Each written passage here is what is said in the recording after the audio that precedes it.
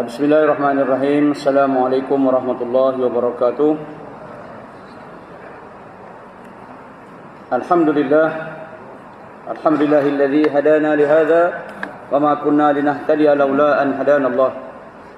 Asyhadu an la ilaha illallah wahdahu la syarika lah wa asyhadu anna sayyidana Muhammadan abduhu wa rasuluh.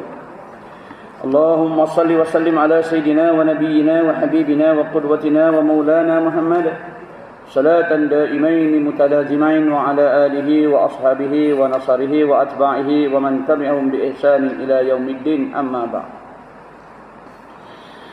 Qala Allah Ta'ala, a'udzu billahi minasy syaithanir rajim. Laqad ja'akum rasulun min anfusikum 'azizun 'alaihi ma 'anittum harisun 'alaikum bil mu'minina raufur rahim.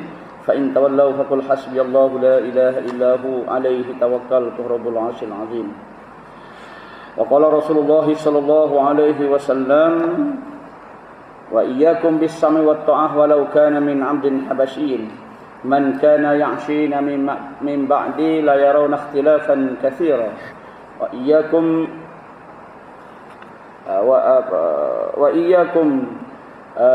ala sunnati wa iyyakum bi ala sunnati wa ala ashabi addu bin nawajih atau kama qala Rasulullah sadaqallahu wa sadaqa Rasulullah sallallahu alaihi wasallam.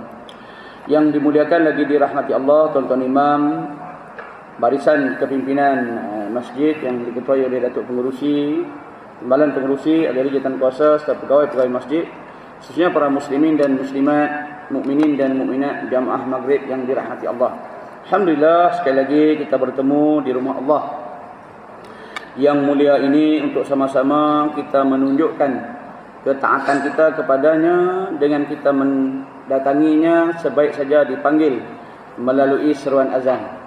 Dan mudah-mudahan ketaatan kita pada pertemuan solat maghrib kita pada malam ini merupakan asbab untuk Allah Ta'ala memberi kepada kita kasih sayang dan rahmatnya, dan seterusnya membolehkan Allah Ta'ala memberkati kehidupan kita di dunia dan memasukkan kita ke dalam kalangan hamba-hambanya yang soleh, dan seterusnya berada di syurga Allah pada hari akhirat kelak, insya-Allah.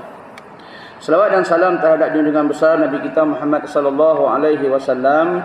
Junjungan mulia membawa kepada kita satu agama yang maha sempurna, dan agama ini muncul secara rasminya 1400 tahun dahulu, iaitu sejak kelahiran Nabi kita Muhammad sallallahu alaihi wasallam dan dibangkitkan menjadi rasul. Itu secara rasminya. Tetapi kita sedia maklum bahawa Islam yang dibawa oleh Nabi kita ini bukanlah suatu benda yang baru, tetapi merupakan kesinambungan dan penambahbaikan kepada syariat-syariat Nabi yang terdahulu. Sebab itu, tuan-tuan yang dirahmati Allah, kalau kita buat ataupun mengikuti pengkajian sejarah, sosiologi dan antropologi, maka disebutkan bahawa ketamadunan manusia, sama ada bahasa dan sebagainya, teknologi dan sebagainya, agama dan termasuk juga, hanya bertahan sekitar 650 tahun dan lebih sikit aja. Tetapi agama Islam kita telah muncul sejak 1400 tahun dahulu. Sebab apa, tuan-tuan yang dirahmati Allah? Kerana agama ini milik Allah. Allah yang menciptakan agama ini dan diserahkan kepada junjungan besar Nabi kita sallallahu alaihi wasallam dan bawa kepada kita. Sebab oleh kerana agama ini daripada Allah, maka Allah yang menjaganya. Kerana dalam sejarah agama kita bukan tidak ada sebarang cubaan-cubaan daripada kafir Quraisy, daripada golongan orientalis dan sebagainya untuk menghilangkan agama kita ini. Bahkan Allah menyebut dalam Al-Quran, yuriduna liyutfi'u nurallahi biafwahihim wallahu mutimmu nurihi walau karihal kafirun. Bermakna ada pelbagai-bagai cubaan yang dibuat oleh orang-orang kafir, musyrik dan sebagainya untuk menghilangkan agama kita ini. Sudah pasti, tuan-tuan, sekiranya agama kita ini ciptaan manusia, sudah tentunya cubaan-cubaan ini berjaya dan akhirnya agama kita ini lenyap. Tetapi oleh kerana Allah Ta'ala berjanji untuk menjaganya, wallahu mutimmu nurihi walau karihal kafirun. Allah tetap akan menjaga, menyempurnakan cahayanya, yakni agamanya, walaupun tidak disukai oleh orang-orang kafir. Dan sebab itulah agama yang kita anuti ini masih pure ataupun suci, seperti mana yang dijalankan ataupun agama yang dianuti oleh junjungan besar Nabi kita Muhammad sallallahu alaihi wasallam dan sahabat-sahabat besarnya. Inilah di antara ciri-ciri keistimewaan agama kita, kerana ianya suci dan diturunkan oleh Tuhan yang Maha Esa, yang Maha Agung, yang mana dialah yang menjaga, dialah yang menyempurnakannya.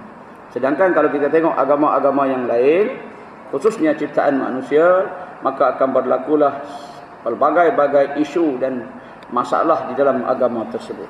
Jadi beruntungnya kita berada di dalam agama Islam tanpa kita bersusah payah untuk mencarinya. Ya, untuk masuk dalam Islam kita tak perlu bersusah payah, kerana kita sudah sedia lahir di dalam agama Islam.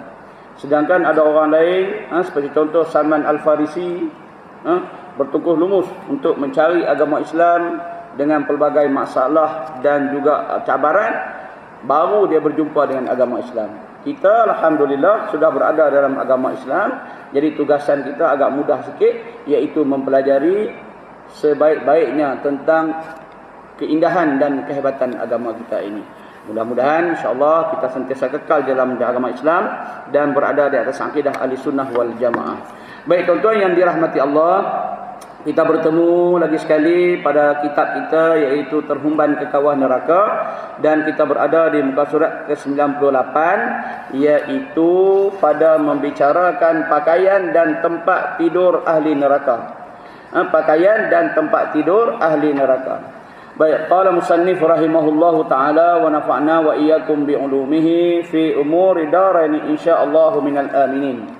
Baik, kata pengarang kita, Allah Subhanahu wa taala berfirman, ya ayyuhalladzina amanu qu anfusakum wa ahlikum nara wa quduhan nas wal hijarah alaihim malaikatun ghilazun shidadun la ya'sunallaha ma amarahum wa yaf'aluna ma yu'marun. Wahai orang-orang yang beriman, wahai orang-orang yang beriman, maknanya Allah kata kalau kamu beriman, mesti kamu buat ini. Sebab itu kadang-kadang Allah Ta'ala digunakan ya ayuhan nas, wahai manusia. Manusia ini dia hanya sekadar pemakluman, pemberitahuan, kan? Tapi kalau ya ayyuhal ladzina amanu, Allah Ta'ala dia mengeluarkan arahan untuk kita buat. Kalau nas tadi, kan, dia hanya makluman. Ya ayuhan nas inna khalaqnakum min dzakarin wa unsa. Wahai manusia, sesungguhnya kami jadikan kamu daripada lelaki dan perempuan. Makluman sahaja. Kan, nak cerita kepada manusia supaya mereka sedar bahawa Allah Taala itu Maha Pencipta. Tetapi untuk orang Islam kebanyakan dia bersifat arahan. Ya ayyuhalladzina amanu idza nudiya lis-salati min yaumil jumu'ah, wahai orang-orang yang beriman, kalau kamu dengar azan pada hari Jumaat, ya ayyuhalladzina amanu la tadkhulu buyutan ghaira buyutikum, wahai orang yang beriman, jangan kamu masuk rumah orang sebelah rumah kamu. Dia nak tunjukkan arahan yang mesti kita kena buat. Jadi maknanya Allah nak spesifikasikan, Allah nak ciri-cirikan orang beriman mesti kena buat macam ni, iaitu taat kepada arahannya. Kalau sekadar manusia, dia maklum je, dia dapat maklumat je.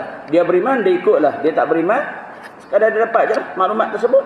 Jadi Allah sebut, wahai orang-orang yang beriman, peliharalah diri kamu dan keluarga kamu daripada neraka. Allah Ta'ala kata, kalau kamu beriman, maka hendaklah kamu jaga diri kamu. Sebab itu dalam surah Al-Baqarah Allah menyebut, atamuruna an-nasa bil birri wa tansawna anfusakum. Kamu suruh orang buat baik, kan? Dia nak cerita kat kita, manusia ni kadang-kadang dia suruh orang buat baik, wa tansawna anfusakum, tetapi dia lupa pula kepada orang lain. Sebab tu kita tengok dalam kitab bab adat-adat berdoa, kan? Dalam adat-adat berdoa, kata dalam kitab bimbingan mukmin, ataupun dalam kitab Sabilal Muhtadin, maka dia kata kalau kita nak berdoa, jangan lupa doa untuk kita dulu. Kalau kita nak suruh orang buat baik, jangan lupa kita dulu buat baik. Kerana kebanyakan kita suka suruh orang tapi dia tak buat. Kan? Tabiat kita kalau suka suruh orang dia tak buat. Jadi Allah sebut ya atamuruna an-nasa bil birri wa tansawna anfusakum. Kamu suruh orang lain buat baik tapi kamu lupa pada diri kamu. Wa antum taslunal kitab. Padahal kamu pun dapat kitab, dapat petunjuk kitab lah, iaitu orang Yahudi dengan Nasrani itu dapat kitab, orang Islam pun dapat kitab Al-Quran. Afala ta'qilun, takkan kamu tak boleh fikir daripada kitab tersebut. Begitu juga dengan hal ini, ku anfusakum, jaga diri kamu dulu, wa ahlikum, dan ahli keluarga, maknanya orang yang di bawah tanggungan kita, yang boleh kita nasihatkan dia. Sebab itu saya sebut pada perjumpaan kita pada bulan lepas, tuan-tuan, kalau tuan perasan, tuan ingat, di mana apabila kita dapat ilmu, maka kita berada dalam keadaan 4 keadaan ini. Iaitu jihad li nafsih yang kita sebut pada perjumpaan kita bulan lepas. Bila kita dapat ilmu, 4 keadaan ini mesti ada pada kita. Tengoklah di mana kedudukan kita. Yang pertama, sekadar kadar ilmu. Sekadar kadar ilmu, dapat dia ilmu, kan? Yang kedua, dapat ilmu dan mengamalkannya. Yang ketiga, mendapat ilmu dan berdakwah, menerangkan, menyampaikan ilmu kepada ahli keluarga ataupun orang-orang yang di bawah tanggungan. Sama ada ilmu itu yang bersifat basyir, berita gembira bagi orang yang beriman dan taat kepada Allah, au nadhir, ataupun berita yang menakutkan bagi orang yang engkar kepada Allah. Kemudian yang keempat, kita bersabar dengan amalan ilmu kita. Jadi termasuk ilmu tadi ialah kita menjaga diri kita dan keluarga kita, mereka yang di bawah tanggungan kita, naran, akan api neraka, yang mana bahan bakarnya adalah manusia dan batu berhala. Kan? Bahan bakar di neraka nanti adalah manusia dan batu berhala. Allah sebut dalam surah Al-Baqarah yang lain, Allah sebut apa? Wattaqun naral lati waquduhan nas wal hijarah uiddat lil kafirin. Takutlah oleh kamu akan api neraka yang mana dia punya bahan bakar dia nas wal hijarah, manusia dan batu-batu berhala. Ini samalah, kan? Waquduhan nas wal hijarah, kan? Batu iaitu berhala yang mereka sembah. Maksud batu di sini tuan-tuan ialah berhala yang mereka sembah. Kita mungkin tak sembah berhala, mungkin kita sembah pangkat, sembah harta, sembah dan sebagainya, maka itulah bahan bakar kita nanti. Di mana Allah Ta'ala bagi contoh yang jelas dan terang kepada Abu Lahab. Tabbat yada abi lahabin wa tab, celakalah kedua belah tangan Abu Lahab dengan secelakanya. Dia sumpah tu, Allah sumpah tu, dahlah sumpah mula dengan celaka, Allah tambah lagi dengan celaka, nak tunjukkan celaka sungguhlah, kan? Binasa sungguhlah, kan? Ma aghna anhu maluhu wa ma kasab, tidak memberi sebarang kekayaan faedah kepada hartanya dan apa yang dia usahakan. Pasal apa harta Abu Lahab yang begitu banyak Allah kata tak memberi sebarang faedah? Kerana kita tahu Abu Lahab menggunakan harta tersebut untuk memerangi Islam. Dia pun banyak berinfak kepada tentera-tentera musyrikin pada peperangan Badar. Dia menyediakan 100 ekor unta, dia menyediakan 70 baju besi, dia menyediakan berapa 150 bilah pedang dalam sejarah perang Badar. Dia banyak menginfak untuk orang Quraisy ketika peperangan Badar. Jadi dia pun harta yang banyak tu tak memberi makna kepada dia, kerana Allah kata apa? Allah akan kata apa? Allah sebut apa tu? Wa imra'atuhu hammalatal hatab, isterinya pembawa kayu api, fi jidha hablum min masad, kan? Yang mana di tengkuknya ada belenggu daripada api neraka. Maknanya tuan-tuan yang dirahmati Allah, kalau dalam ayat ini dia mengatakan bahawa berhala, iaitu orang Quraisy yang menyembah berhala, mungkin kita zaman moden, kita bagi orang Islam, kita bimbang takut kita jadikan duit, pangkat dan sebagainya sebagai berhala kita, maka itu juga tidak mendatangkan faedah dan akhirnya kita juga akan dibakar oleh Allah Ta'ala di dalam api neraka. Alaiha malaikah, dan neraka itu dijaga dan dikawal oleh malaikat-malaikat yang keras, kasar layanannya, iaitu malaikat yang diketuai oleh malaikat Malik dalam penjagaan pintu neraka yang keras dan kasarnya. Layanannya ghilazun syidadun la ya'sunallah, yang mana mereka itu tidak akan menderhaka kepada Allah dalam segala apa yang diperintahkan, dan mereka tetap melakukan apa yang diperintahkan. Ini sifat malaikat. Sebab itu malaikat ini dia bersifat iman dia sentiasa bertambah. Dia tidak ada perasaan nak melawan perintah Allah. Walaupun ada riwayat Israiliyat tentang Harut dan Marut. Tuan-tuan baca dalam surah Al-Baqarah, wattaba'u ma tatlus syayatinu ala mulki Sulaiman, kan? Wa ma kafara Sulaiman walakinna syayatina kafaru yu'allimuna an-nasa as-sihra wa ma unzila 'alal malakaini bi Babila Harut wa Marut. Yang mana dua orang malaikat dikatakan dia mengajar ilmu sihir. Dua malaikat ini dia terror dalam ilmu sihir di negeri Babil, kan? Babil ini Babylon, itu negeri Iraq lah, Iraq tua, Babylon, kan? Negeri Babylon. Nama malaikat itu Harut dan Marut. Walaupun ada riwayat itu, tapi kebanyakan ulama riwayat itu menolak riwayat tersebut, kerana malaikat dia bukan bersifat untuk menderhaka kepada Allah. Cuma dalam riwayat itu kalau kita baca, malaikat ini dia tak puas hati dengan manusia, kan? Malaikat ini dia tak puas hati dengan manusia sebab manusia ni suka menderhaka kepada Allah, suka lawan perintah Allah. Jadi malaikat rasa pelik, pasal apalah manusia ini suka sangat melawan perintah Allah. Lalu mereka berjumpa dengan Allah. Malaikat Harut dan Marut tadi jumpa dengan Allah, minta nak try jadi manusia, tengok. Nak tengok lah pasal apalah manusia ni suka ingat perintah Allah, lawan perintah Allah, mereka pun minta nak jadi manusia. Allah perkenankan, Allah turunkanlah dia di negeri Babylon, kan? Negeri Babil, dan mereka diberi kepakaran untuk ilmu sihir. Dikatakan malaikat Babil ini, malaikat Harut dan Marut ini mengajar ilmu sihir. Sebenarnya bukan. Yang mengajar ilmu sihir adalah syaitan yang telah mengetahui bahawa dua malaikat Harut dan Marut ini turun ke muka bumi. Ini ada riwayat adalah berkaitan itu. Tapi riwayat ini dipanggil Israiliyat kerana kebanyakan yang menolak, kerana mereka mengatakan malaikat dia tidak ada perasaan untuk ingkar kepada perintah Allah. Mungkin tuan-tuan perasan. Kalau tuan-tuan perasan lah, pasal apa saya kata malaikat ni dia tak lawan perintah Allah, sedangkan dalam satu kisah dalam Al-Quran, malaikat seolah-olah mempertikaikan Allah nak jadikan manusia sebagai khalifah. Kan? Kita baca kan? Apa tu? Ataj'alu inni ja'ilun fil ardi khalifah. Aku nak jadikan manusia ini khalifah. Lalu malaikat macam protes kira, ataj'aluna fiha man yusfiku dima, ya, awanah yasfiku dima. Kamu nak jadikan manusia yang suka menumpahkan darah. Jadi macam seolah macam protes. Tapi sebenarnya dia bukan protes, dia minta keterangan, penerangan daripada Allah, kerana malaikat dia tidak mengetahui, Allah Maha mengetahui. Allah kata inni a'lamu ma la ta'lamun.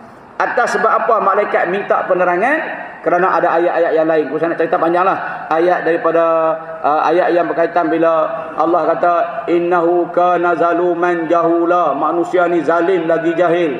Wa khuliqal insanu halu'a. Manusia ini diciptakan sebagai kelang kabut. Wa khuliqal insanu dha'ifa. Manusia diciptakan lemah. Jadi malaikat kata macam mana lemah, kalut-kalut, suka tumpahkan darah, tiba-tiba Allah nak jadikan dia khalifah. Dia bukan protes, dia cuma minta keterangan. Kan? Sebab apa? Malaikat dia punya sifat dia takkan la ya'sunallaha ma amarahum. Dia punya sifat dia takkan mengingkari perintah Allah. Dia berlawan dengan iblis tadi. Juga alam ghaib, iblis alam ghaib, malaikat alam ghaib, yang mana kerja dia lawan perintah Allah pula. Allah jadikan makhluk malaikat ikut 100% tanpa apa dakwa-dakwi. Iblis lawan 100% walaupun dia mengetahui kebenaran. Jadi Allah nak jadikan balance di antara malaikat dan iblis, maka Allah jadikanlah manusia, iaitu kita lah, yang mana manusia ini kadang-kadang boleh jadi malaikat, kadang-kadang boleh jadi iblis. Bergantung kepada tahap kita punya keimanan kita. Iman kita bagus, kita akan jadi malaikat, kan? Rajin bangun tengah malam sembahyang. Time malam habis. Jadi dia nak balance di antara malaikat yang sentiasa menyembah Allah, iblis yang sentiasa menderhaka kepada Allah, diciptakan manusia. Sebab itu Allah jadikan malaikat tanpa nafsu, Allah jadikan iblis penuh dengan nafsu. Nafsu serakah yang suka kepada benda-benda dunia dan sebagainya. Dijadikan iblis ke arah macam tu. Dijadikan malaikat pula tanpa nafsu. Maka dijadikan manusia, nafsu ada dan akal pun ada supaya buat pertimbangan. Sebab tu kita tengok malaikat ini, ahsani manusia ini, ahsani taqwim ataupun asfala safilin. Bergantung kepada sikap kita semasa kita berada di atas dunia ini. Sebab kita tengok manusia yang baik, alhamdulillah. Yang tak baik, tuan-tuan tengok berita. Saya sempat tengok berita pukul 5 pagi tadi. Cekik pesara guru, kelar isteri dia dengan anak lelaki dia, umur berapa 7 hari. Lepas tu rompak, tikam orang di Felda, mana di Tangga Batu. Allahu Akbar. Hari ni berita pukul 5 tadi, mana yang dengan banjir di Baling tu kan. Tengok berita, semua cerita-cerita macam tu. Siapa pelaku dia? Tak lain, tak bukan adalah manusia. Maknanya dia down, dia jadi iblis. Di atas dia jadi malaikat. Itulah kelebihan yang ada pada kita. Baik, Allah Ta'ala telah memberi amaran kepada orang yang beriman. Tengok saya kata tadi kan, Allah Ta'ala telah memberi amaran, Allah perintahkan kepada kita yang mengaku beriman ini bahawa agar memelihara diri daripada menjadi bahan bakaran api neraka Allah. So first kali, perkara pertama kita kena selamatkan ialah diri kita sendiri. Baik, itu kalau kita mengaji ilmu kalau kita mengaji ilmu tasawuf, ilmu hidayah kan, kita ada satu tahap. Bila sampai satu tahap, maka nafsi-nafsilah bawa diri masing-masing. Sebab itu kita tengok kenapa di mahsyar bini kita pun kita tak peduli kan. Apa pun yang duduk sebelah kita, duduk dalam masyghul, kesibukan kita duduk di padang mahsyar tu, berimpit-impit di mahsyar tu, bini duduk sebelah kita pun kita tak perasan, kita tak kenal. Sebab apa? Nak tunjukkan bahawa sampai satu ketika diri kita kena utamakan. Sebab tu saya kata tadi, nak doa minta ampun kat orang ke, kat mak ayah kita, sebut dulu untuk diri kita. Allahumma ghfirli. Ampunkan dosa aku dulu. Kan? Baru walidayya wa muallimina wal muallimat muslimina waslimat, terpulanglah kan. Yang penting diri itu dulu, kerana Allah pesan wala tansawna anfusakum, jangan kamu lupa akan diri kamu sendiri. Jadi Allah Ta'ala kata apa? Yang pertama, memberi amaran kepada orang yang beriman agar memelihara diri daripada menjadi bahan bakaran api neraka Allah. Wal a'yazubillah min zalik, kita minta perlindungan daripada Allah. Iaitu dengan cara memelihara diri, iaitu melaksanakan segala perintah Allah dan taat mengerjakannya. Melaksanakan perintah Allah dan taat mengerjakannya. Maknanya kita nak laksana perintah Allah, tuan-tuan, perlu sedikit kesabaran. Sebab itu sabar ini, kalau tuan-tuan kerujuk dalam kitab Aqidatun Najin, Tuan Minal ataupun Zainal Abidin Al-Fatani, ataupun gelaran dia Tuan Minal, Aqidatun Najin itu kitab tauhid, maka dia kata dalam berakidah, dalam melaksanakan perintah Allah, kena sabar. Sabar atas ketaatan. Mana kata di sini, iaitu memelihara diri, iaitu melaksanakan segala perintah Allah dan taat mengerjakannya. Kita kena sabar. Benda ni bukan hari ininya, benda ni akan berlangsung setiap hari. Sembahyang bukan sembahyang hari Senin, Selasa tak payah dah. Dia kena sembahyang setiap hari 5 waktu. Jadi kena ada kesabaran. Kan? Kalau kita tak sabar, kita sembahyang hari ni, 2 hari kemudian baru sembahyang pula. Mengaji Al-Quran, dah mengaji khatam, kena sambung ulang balik. Dia tak boleh khatam boleh almari senyap dak. Dia kena ulang. Jadi ketaatan itu sentiasa kena ada. Dan kesabaran itu kena ada supaya kita dapat terhindar daripada bakaran api neraka Allah. Tak ada ketaatan, maka itulah yang Nabi disebutkan dalam hadisnya yang cukup panjang dan cukup hebat. Ada orang yang dilahirkan sebagai ahli syurga, beramal dengan keadaan ahli syurga, kata Nabi SAW dalam riwayat Bukhari. Dilahirkan sebagai ahli syurga, hidup beramalkan sebagai ahli syurga. Macam kita lah senang, kita dilahirkan sebagai orang Islam, mengamal amalan ajaran orang Islam, sejengkal lagi nak mati, kata Nabi dalam hadis Bukhari, sejengkal lagi nak mati, derhaka ia, maka jadilah ia ahli neraka. Kemudian ada orang yang dilahirkan sebagai ahli neraka, mengamalkan kehidupan sebagai penghuni neraka, sejengkal lagi nak mati, maka dia bertaubat, syurgalah dia. Apa sebab jadi macam tu tuan-tuan? Inilah kembali kita baca tadi, iaitu taat dan sabar dalam melaksanakan segala perintah Allah. Macam saya kata tadi, sembahyang bukan hari ni. Sebab itu kita tengok kadang-kadang orang lebih-lebih sangat, lepas tu tak ada lah, kan? Lepas tu habis, senyap. Kalau hak jenis slow, biasanya dia cukup hebat, berjaya, kan? Hak jenis kumun tu waktu tinggal. Kita bukti tengok tadarus Al-Quran bulan Ramadan dah lah. Tadarus Al-Quran bulan Ramadan, sana 7 orang, sini 10 orang, sini 8 orang, satu grup. Habis Ramadan, kadang-kadang setengah masjid dia buat mengaji, lepas subuh buat mengaji. Tinggal 5 orang, 6 orang. Bunyi pun tak apalah, Ramadan tahun depan baca pula lah. Kenapa dia kumun? Ketaatan ini mesti ada kesabaran supaya kita dapat menghindarkan daripada api neraka. Serta tidak melakukan tegahan Allah, malah menghindarinya. Kita tidak melakukan tegahan Allah, larangan Allah, dan kita berusaha untuk menghindarinya. Bukan saja kita tak buat, tapi kita join yang buat tu. Kan? Tak buat, tak berjudi, tapi duduk berkawan dengan geng-geng judi. Jadi tukang tengok pula, kan?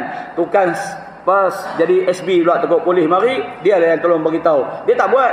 Sebab tu dia kata sini, malah menghindarinya. Tuan-tuan rujuk dalam kitab bimbingan mukmin, bab syirik. Dia sebutkan bab syirik. Dia kata, walaupun kita orang beriman, mengaku beriman, menjalankan keimanan, tetapi syirik itu sentiasa ada dalam diri kita. Tapi bukan syirik yang i'tiqad tu, syirik yang menjatuhkan agama, akidah kita. Syirik khafi, syirik amali kita. Betul, walaupun kita beriman kuat macam mana pun kita punya kekuatan iman, kadang-kadang perkataan kita kata apa? Oh, nasib baik aku pakai jalan tadi. Nasib baik aku guna jalan jalan belakang. Kalau aku pergi jalan depan tadi kena. Perkataan nasib baik dia kata itu, dia sudah menafikan takdir Allah kepada dia. Kan kita selalu sebut. Bukan kata saya ni bukan sebut, oh lega kan. Silap ikut jalan ni bunyi pun. Kena menung kan baru-baru ni di dekat Bukit Doraemon depa buat jalan kan. Saya pergi tengok olahraga zon Kemunting di KI. Pergi jam, tak apalah, tak tahu kan, tak tahu. Balik dah tahu dah, ikut jalan mahkamah syariah kan. Ingat jalan tu okey. Pergi tengok, bukan saya seorang je fikir macam tu. 50 orang semua fikir macam tu. Semua lalu jalan tu.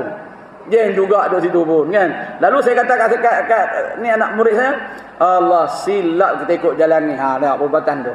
Silap itu maknanya kita telah menafikan. Jadi pun saya pun menuh kita, ini semua pengurusan ini kalau kita mengaji kitab akidah adalah Allah Ta'ala. Sebab itu dia sebut dalam kitab bimbingan mukmin, sehebat mana kita punya iman ke, tetap syirik tu ada juga pada dia, pada diri kita. Cara dia macam mana? Sebab itulah Allah Ta'ala sediakan amalan-amalan sunat untuk kita buat supaya melepaskan dosa syirik tadi. Istighfar banyak-banyak, ambil wudu, apalagi membuang tepi jalan, banyak-banyak menyebut la ilaha illa anta subhanaka. Lepas tu banyaklah perbuatan-perbuatan kita yang mana Allah sediakan untuk menghilangkan dosa syirik khafi tadi tu. Jarang kot kita kan, kecuali kalau orang hebat tengok kan. Tak apa, takdir Allah. Takdir kadang-kadang kita marah lah kan. Marah. Sebab kita ni kadang-kadang tak dapat nak letak dalam hati kita perjalanan hidup kita ini sebenarnya telah tersurat oleh Allah Ta'ala. Kita marah juga. Sebab itu dalam kitab bimbingan mukminin tu dia pesan macam mana hebat pun tetap syirik tu ada, bukan syirik i'tiqad, syirik amali yang saya katakan tadi. Yang mana kadang-kadang sentiasa kita buat. Jadi dia kata di sini taat mengerjakannya, tidak melakukan tegahan Allah, malah menghindarinya. Baik, dalam bab yang lalu kita telah sama-sama selusuri perihal makanan dan minuman yang terhidang untuk penghuni neraka. Pada bab ini pula kita akan membincangkan pakaian ahli neraka. Neraka ada makanan, ada minuman, ada juga pakaian mereka. Kenapa Allah ciptakan api untuk membakar manusia? Kerana sifat api itu sendiri telah menimbulkan kegerunan. Api sifatnya membakar. Sebab tu kita mengaji tauhid, tuan-tuan. Kita akan tengok ilmu tauhid ini pembahagian ilmu tauhid ini kepada ada hukum syariat, ada hukum adat, ada hukum syariat, akal, hukum syariat, hukum akal dan hukum adat. Tiga-tiga itu digabung. Kalau saya nak kupas sikit, hukum syariat ialah hukum yang logik tak logik kita kena ikut. Hukum syariat kerana dia datang daripada Allah. Logik tak logik kita kena ikut. Kalau bagi contoh, potong tangan dengan mencuri.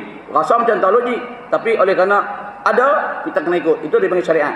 Kemudian hukum akal. Ini hukum logik. Akal.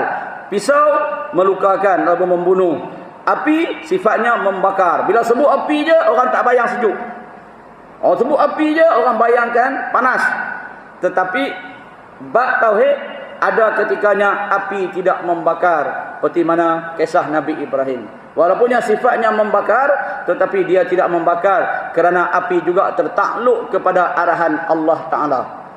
Dia panggil sunnatullah, tetapi perkara itu dia mencari adat sikit kerana Allah Ta'ala juga menguasai api. Api jangan bakar. Qulna ya narukuni baddan wa salaman ala Ibrahim. Dalam surah Al-Anbiya berkaitan dengan kisah Nabi Ibrahim. Pisau macam ni, pisau adat dia melukakan, tapi ada pisau yang tak boleh melukakan kerana pisau juga tertakluk kepada arahan Allah Ta'ala. Ini bab tauhid kan. Begitu juga di sini sebut api. Api asasnya ialah membakar dan menimbulkan kegerunan kepada kita. Kan? Menakutkan dan mengerikan. Kita sudah sedia maklum, seandainya jasad kita dibakar dalam api, nescaya akan terbakar hangus hingga rentung seluruhnya. Api neraka Allah tidak sama seperti api di dunia ini. Dalam satu riwayat, api neraka Allah telah dipanaskan selama 1000 tahun dan warnanya yang putih. 1000 tahun dalam keadaan warna biru dan 1000 tahun dalam keadaan berwarna merah. Baik, dalam riwayat dia kata 3000 tahun lah. 1000 warna putih, 1000 warna biru dan 1000 warna merah. Api neraka Allah Ta'ala. Dan dikatakan sebahagian kecil api itu yang telah disejukkan, yang telah dicelupkan oleh Allah Ta'ala dengan rahman dan rahimnya, itulah yang dihantar ke dunia untuk dijadikan kegunaan kita, manfaat kita. Kan? Sebab tu api orang kata kecil menjadi kawan, besar menjadi lawan. Kerana api sifatnya memang membakar. Baik, adakah Allah Ta'ala telah sediakan neraka pada saat ini? Ini menjadi yang saya cerita pada peringkat awal saya ceritakan. Adakah neraka Allah sudah ada ke belum? Maka kitab kita ini dia kata ya, neraka Allah telah wujud pada saat ini. Tapi kalau tuan-tuan tengok pada Imam Al-Qurtubi pada satu bahagian dia kata neraka Allah belum lagi wujud. Dia timbul khilaf. Dia ada dua khilaf besar di sini tuan-tuan. Yang kalau kita berfikirlah. Yang pertama, adakah neraka sudah ada ataupun belum? Yang kedua, adakah neraka itu bersifat kekal selama-lamanya? Kerana kita duduk mengaji, semua akan musnah kecuali Allah Ta'ala. Jadi sedangkan dalam Al-Quran kata khalidina fiha, kekal di dalamnya selama-lamanya. Abada kan, selamanya kekal. Bila kekal, dia seolah menyamai zat Allah, sifat Allah. Kerana yang kekal ialah Allah Ta'ala saja.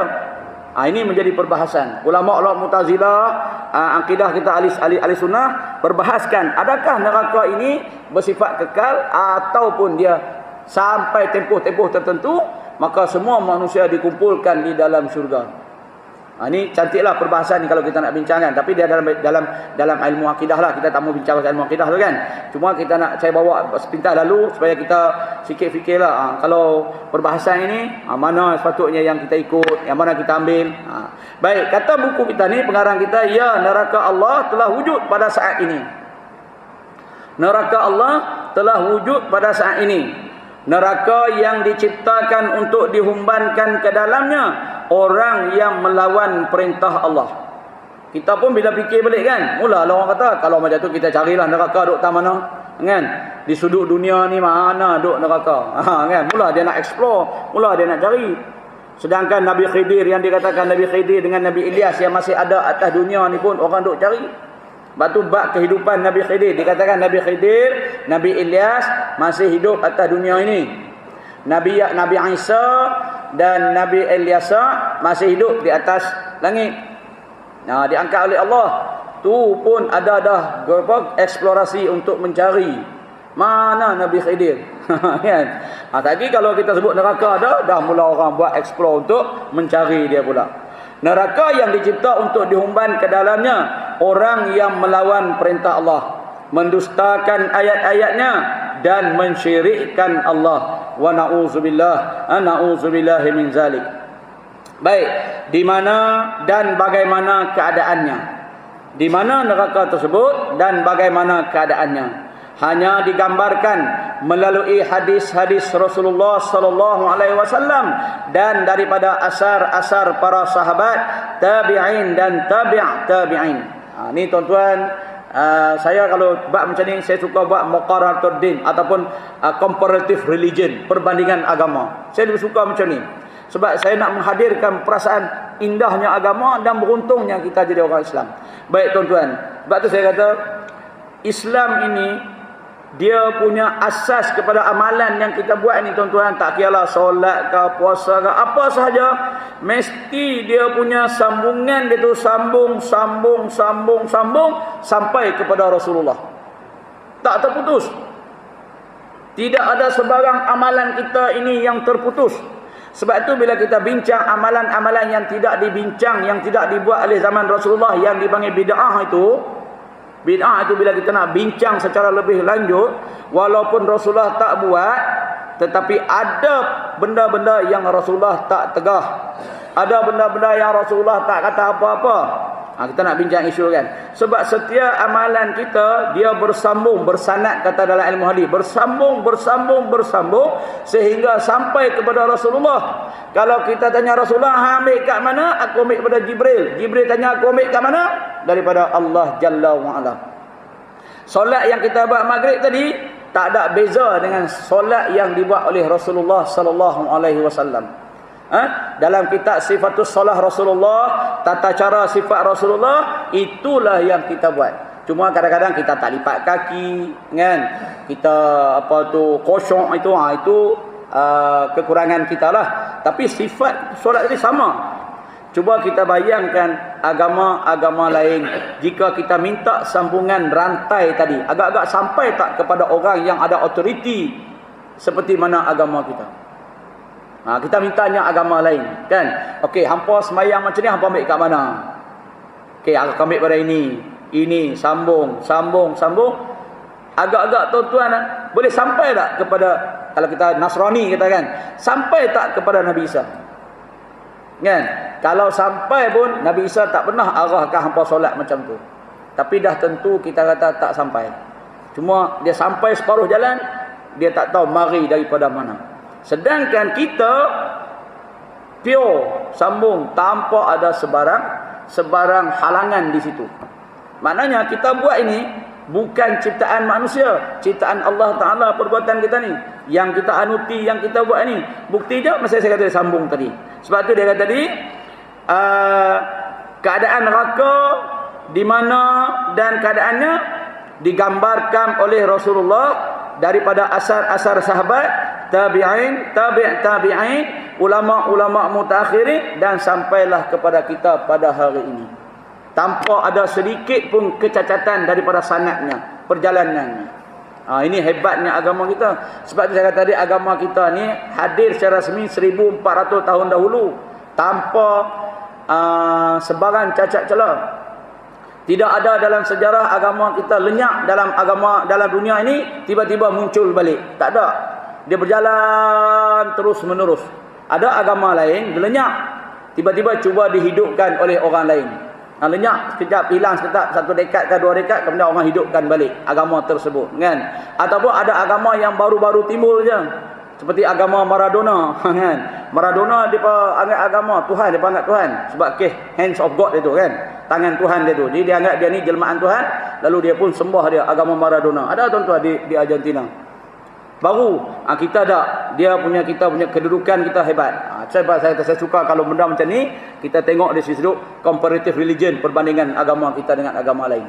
Dan kita situ pun kita dah yakin kita berada di jalan yang benar. Sebab apa saya kata tuan-tuan, ada unsur-unsur cubaan-cubaan untuk memberi keraguan terhadap ketulinan agama kita. Seperti mana isu ketulinan para sahabat, dikatakan sahabat ini bersifat menyimpan, itu semua adalah cubaan-cubaan untuk menghilangkan ketulinan agama kita. Baik, seterusnya dia kata, saat dihumban ke dalam neraka, manusia dalam keadaan bogel, dalam keadaan telanjang. Dalam hadis sebelum ini telah kita bicarakan, Allah Ta'ala menebalkan kulit-kulit penghuni neraka sejarak 3 hari perjalanan. Kan? Sejarak 3 hari perjalanan.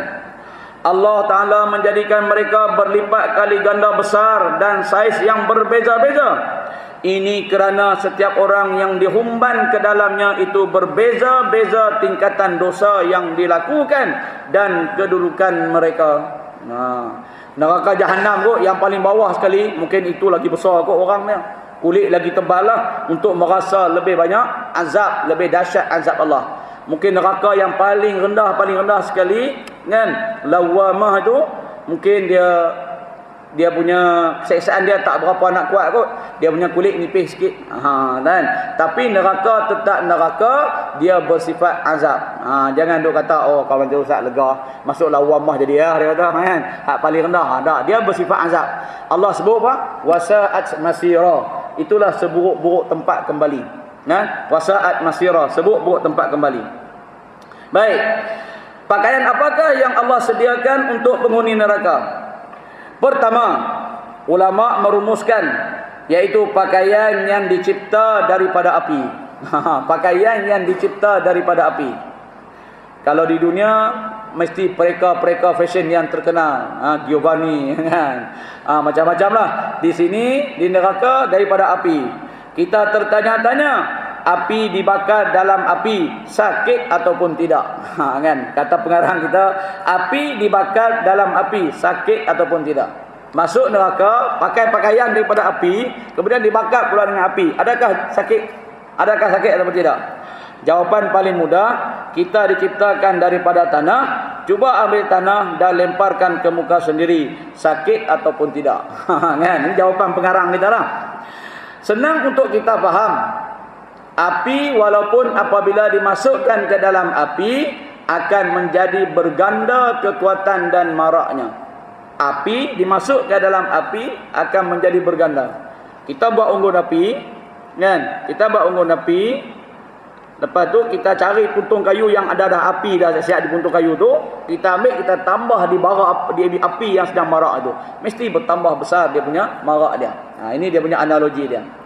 Dalam surah Al-Hajj ayat ke-19, Allah Ta'ala berfirman, "Hadzani khasmani ikhtasamu fi rabbihim, falladzina kafaru qutti'at lahum thiyabun min narin yusabbabu min fawqi ru'usihimul hamim." Surah Al-Hajj.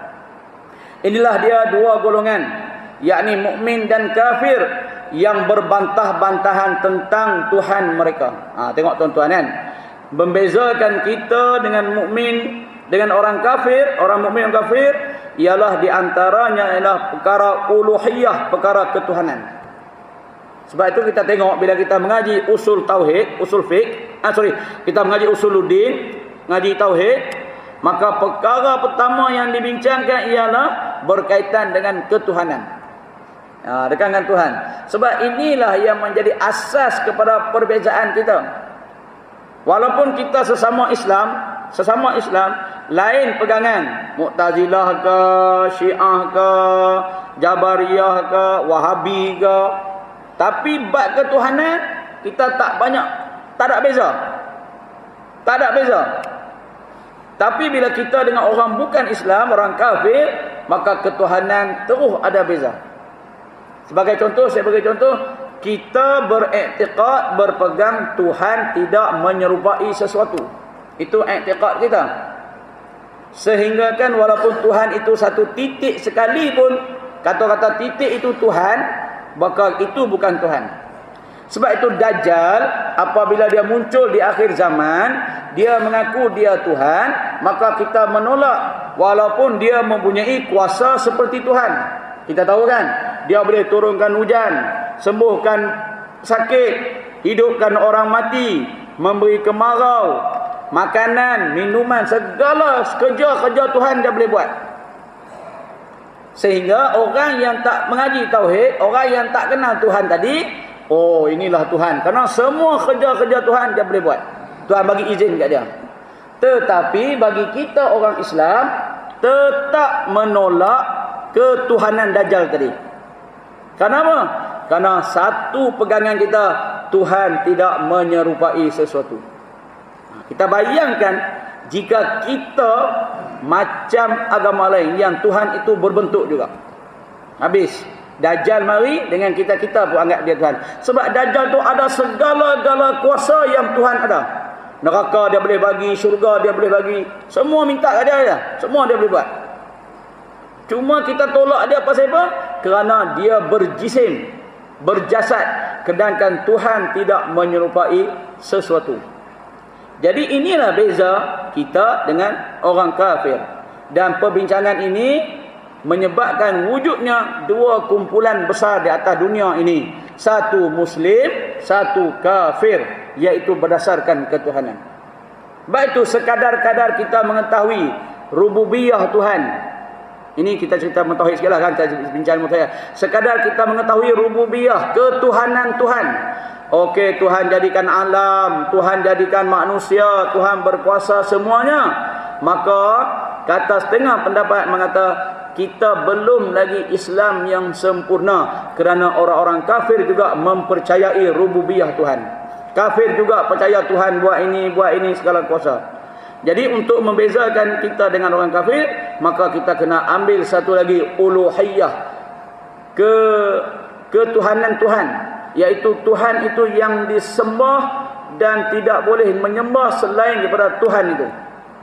Dalam kalimah la ilaha illallah yang kita pegang tu, la ilaha illallah itu menafikan wujudnya Tuhan lain selain Allah untuk kita sembah dan kita minta pertolongan. Bila kita ada uluhiyah itu, barulah sempurna keimanan kita. Kalau tadi sakat rububiyah saja, sakat Tuhan buat itu, Tuhan berkuasa itu, belum memadai.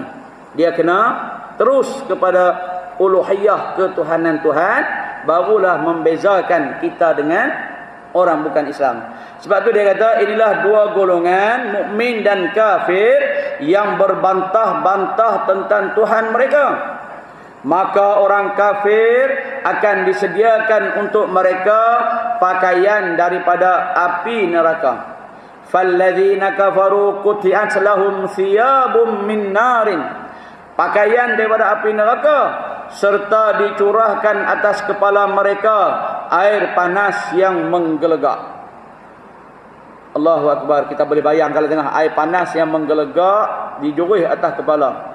Kita mandi kat shower yang panas tu, kadang-kadang pergi hotel, tak tahu mana satu panas, mana satu sejuk, pergi buka-buka kena panas lebih. Letak kepala menjerit kan. Tu panas heater je kan.